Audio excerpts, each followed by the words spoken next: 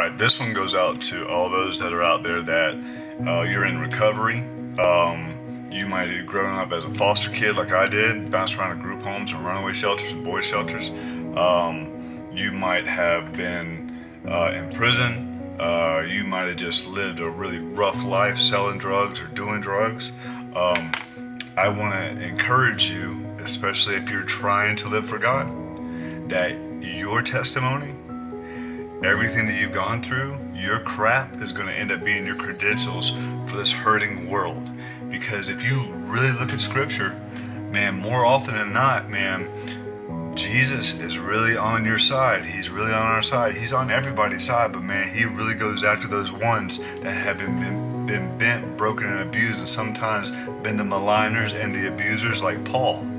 So like I was sitting here in Romans, right? And I was thinking, and it hit me when I was sitting here thinking about verse 20 in chapter 10, where it says, I was found by those who did not seek me. And of course they're talking about the Gentiles, but he said, I was made manifest to those who did not ask for me. We are the Gentiles of this day, present day and age. So people found him that weren't even looking for him. When you were in prison, when you were in jail, when you were riding on the road and you were sick and tired of the dope that was running through your veins, you found God. You weren't looking for him, but you cried out to him. And I just want to encourage you with this, that in 1 Corinthians chapter 1, he said he didn't choose the wise, the mighty, the noble according to human standards, but the weak ones, things that are despised, the things that aren't, to confound the wise, the mighty, and the noble. Because I believe, just like it says in Luke, where it says that this woman washed Jesus' feet with her hair and her tears, and said that those that are forgiven of much, man, they love much.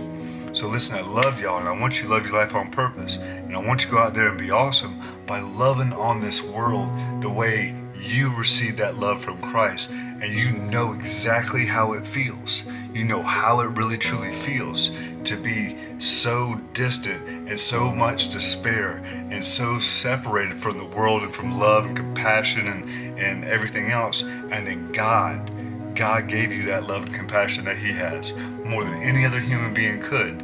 Like it says here in Romans chapter 10, it says in verse 14, how then shall they call on him whom they do not believe?